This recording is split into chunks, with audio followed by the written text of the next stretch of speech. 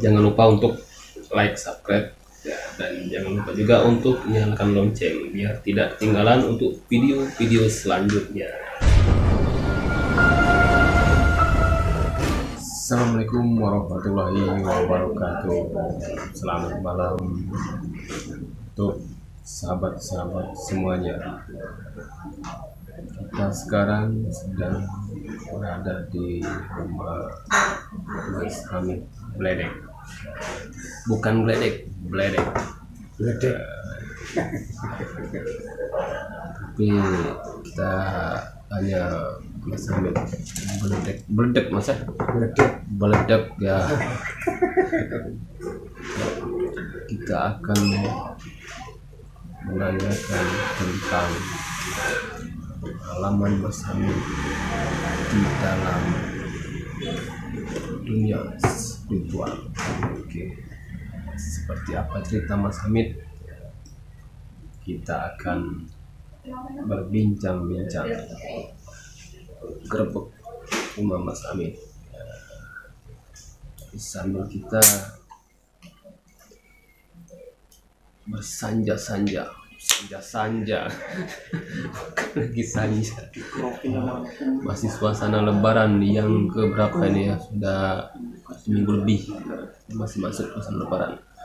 Assalamualaikum Mas. Waalaikumsalam warahmatullahi wabarakatuh. Sehat Mas ya? Alhamdulillah. Sehat. Aset yang utama Kesehatan itu yang itu kita sama ya. Jadi sehat dulu Mas ya.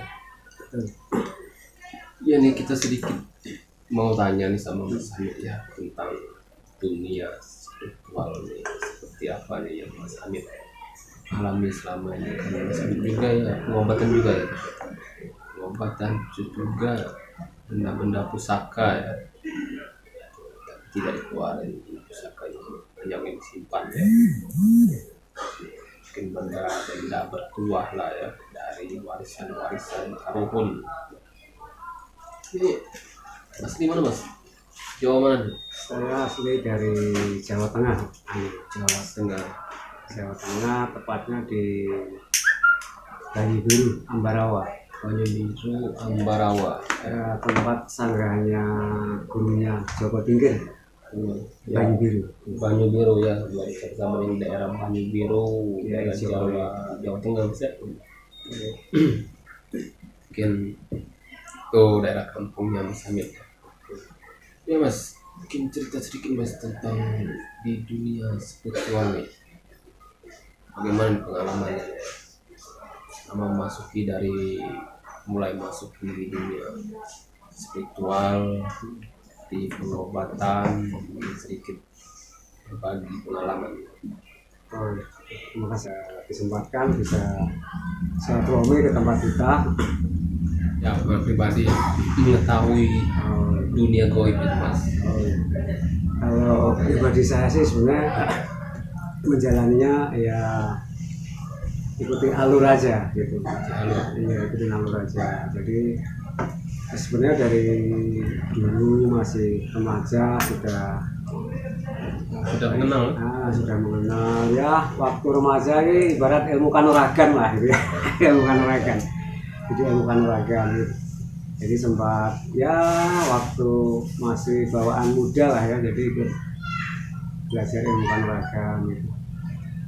Kalau saya sempat belajar situ ya, kalau dibilang sampai selesai sih tidak gitu, cuman masih ada pelajaran yang belum sempat diselesaikan gitu.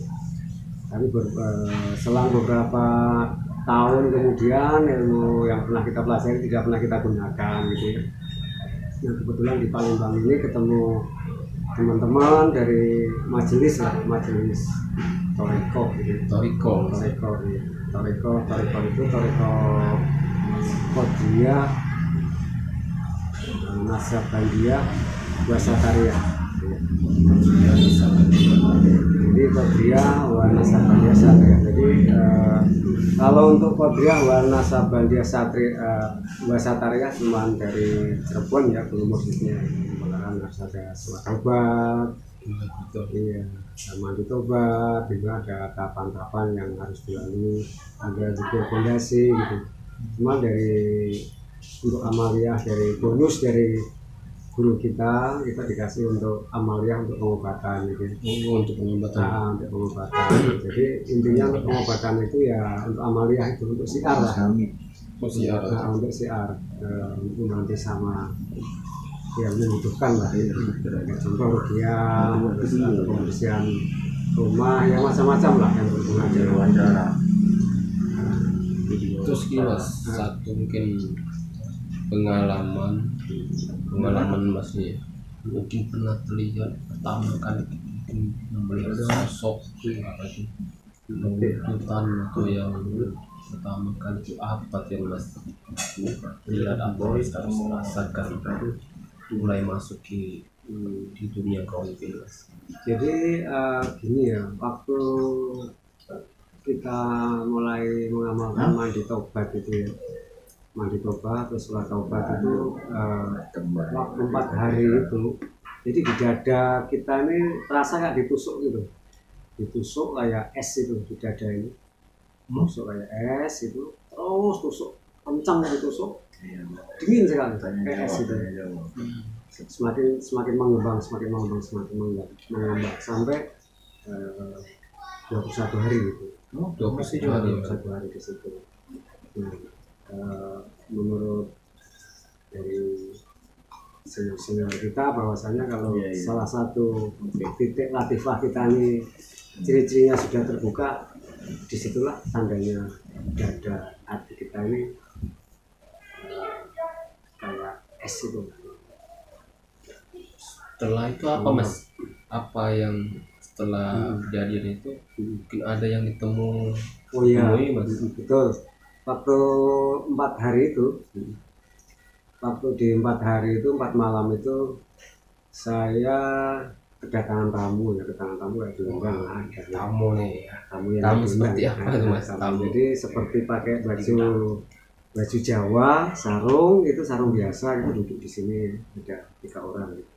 Oh pakai Jawa mas. Ada Jawa pakai pecis gitu kayak kiai-kiai salafiyah lah, kiai-kiai. Terus saya kebetulan ya duduk di sini lagi istirahat di situ. Terus selama 3 hari, terus 4 harinya ada Mbah Yai di depan pintu situ kan, rumah ya. Lihat. Terus begitu juga selang beberapa hari lagi ada yang duduk di sini juga gitu, pakai putih, cuma nggak saya hiraukan itu. Jadi mungkin ada yang mereka bicarakan nggak mas? Ya, ini pesan ya kalau lagi menjalankan suatu riyadhah itu kita tidak usah kita hiraukan. Oh, Nah, gitu. Intinya begitu, tetap fokus biarkan saja, ya, Mas. biarkan aja gitu. Karena itu kita tidak tahu bahwasanya itu ada penyusup seperti ini, seperti itu tidak ya, tahu. ya, jin lah ya, Seperti jin-jin yang bisa menyerupai. Terus ini mas, ya, ini dari pengalaman mas, ini dari mulai pembelajaran dari mana, dari remaja ya, jadi perlahan-lahan ya sampai saat ini.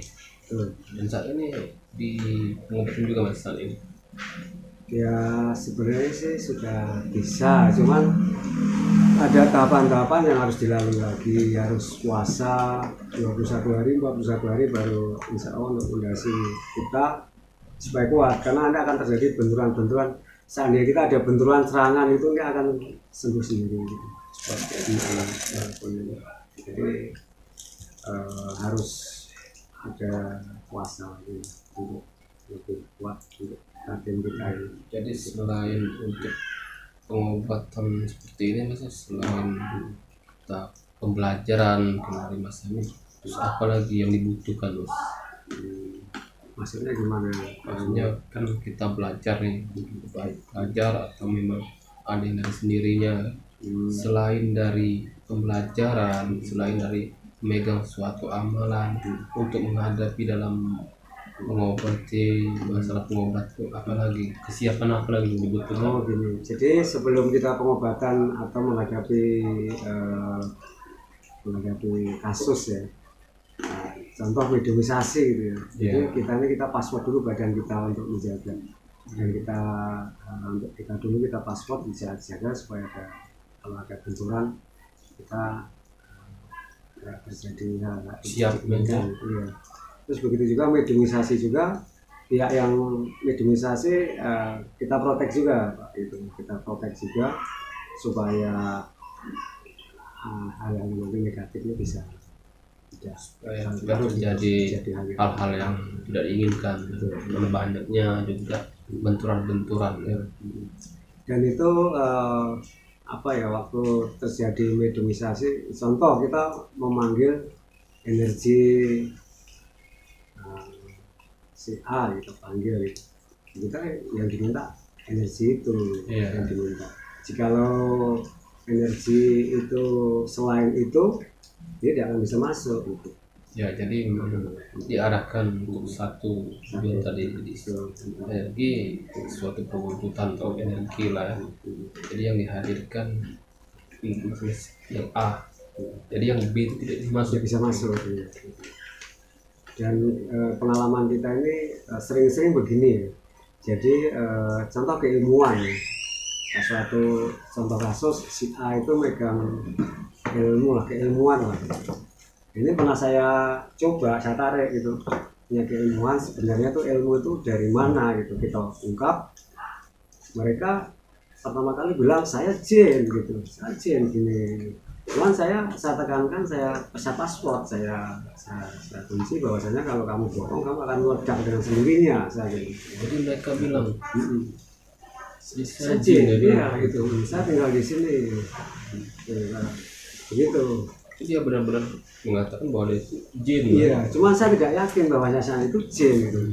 Jadi saya ingin kejujuran pihak yang jin yang masuk tersebut, yang ngaku jin.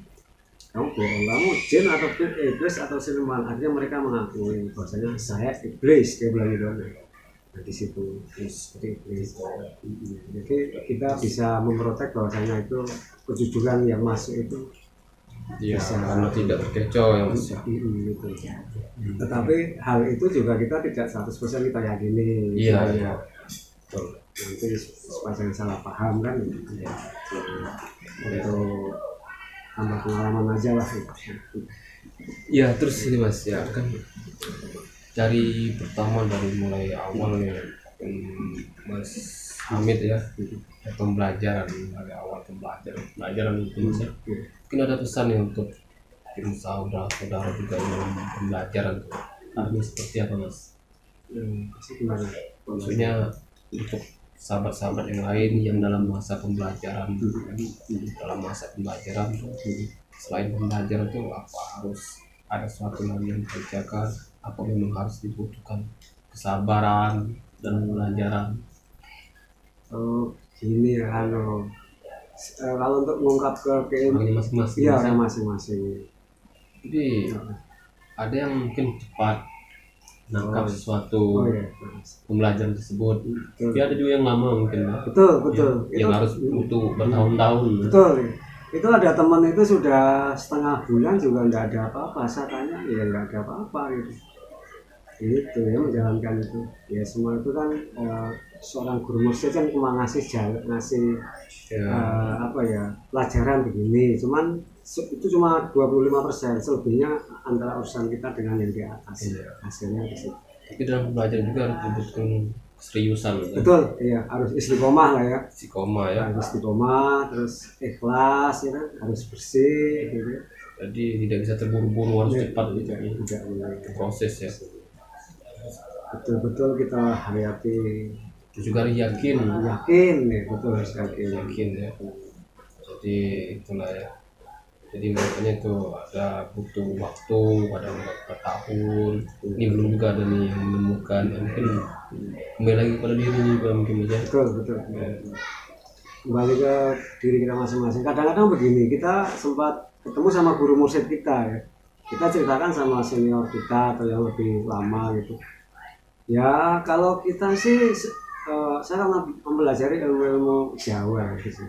Iya. Ilmu-ilmu yang dari Jawa itu, kalau saya sih itu hal yang lumrah karena memang dari beliau. Ini gitu. Jadi ya mungkin ada beberapa senior bilang itu mungkin jebakan jin. Ya kalau mereka ngasih kerjaan kita ini kan tidak cuma apa ya, cuma nampakin gitu. Contoh kasus kita ada was-was soal masalah amalan ini, bahwasanya kalau amalan begini ini beda dengan amalan harus sowan ke kiai. Ternyata setelah saya dalam mimpi ya ini ketemu sama Mbak Yai, itu sama aja, jalanin aja. Ini istiqomah gitu. Iya, itu ya Salah satunya begitu. sahabat dari penjelasan Mas Hamid ya, sedikit pengalaman atau pembelajaran juga di dunia spiritual lah. Ini Mas Kamil juga punya beberapa benda pusaka yang mungkin ada juga dari warisan Ada leluhur, terus juga ya seperti itu. Ini selama barang-barang tersebut nih, keris dan barang-barang lainnya di rumah nih, mungkin ada sesuatu kalau malam tuh mungkin ada yang terjadi atau yang bergerak atau suara itu pernah mengalami tidak Mas? tidak, cuma kalau pas saya tinggal pergi ya, tadinya waktu saya tinggal pergi ke Jawa gitu ya, yang di rumah ini sudah pada teriak, yang saya tinggal itu sering nampakin seperti anak kecil. Oh, sudah nampakin gitu. Jadi pihak yang di rumah lah, terutama istri, tolong dipesani bahwasanya jangan sampai ganggu, kalau nampak kan ganggu gitu. Ya, tapi orang di rumah tahu Mas ya. Tahu, tapi ya akhirnya tidak ganggu lagi. Itu sahabat ya. Jadi kalau orang belum tidak tahu ini takut, tidak tahu kan enak kan. Itulah sedikit kita berbincang-bincang bersama Mas Hamid. Bledek. Itu bledek itu harus Bledek. ya. Sebenarnya begini, saya tuh bledek itu begini. Bledek itu adalah petir. Petir. Jadi petir. Jadi Petir. sebenarnya dulu saya kolaborasi antara Torikot Kodriana Sabadia sama petir. Cuman kan kalau di kita kan megang petir, jadi nggak saya masukkan Juga taman tuh bledek kan. itu. Kalau kalau Jawa tuh petir itu dulu ceritanya, konon ceritanya pendekar Jawa dulu sebelum turun gunung kalau belum megang petir, bahasanya begitu. Di situ itu ada filosofinya. Itu ya sampai Kembali lagi filosofinya dari Mas Hamid. ilmunya Brojo Musti. Di situ ya, Dari Jawa Mas ya. Brojo Musti. Terus tingkat kemiskinan kalau di Jawa lah ilmunya. Iya, mantap ya Mas Kamil dan mungkin itu kita berbincang dengan Mas Kamil ya, sedikit cerita dengan Mas Kamil. Untuk kita berbincang-bincang, nanti kita akan lanjutkan di video selanjutnya. Terima kasih Mas Sama-sama. atas waktunya ya untuk berbincang-bincang ya. Tapi sebelum itu ya jangan lupa untuk like, subscribe ya, dan jangan lupa juga untuk nyalakan lonceng biar tidak ketinggalan untuk video-video selanjutnya. Oke. Terima kasih. Kami akhiri. Wabillahi taufiq wal hidayah. Wassalamualaikum warahmatullahi wabarakatuh. Singkat angin.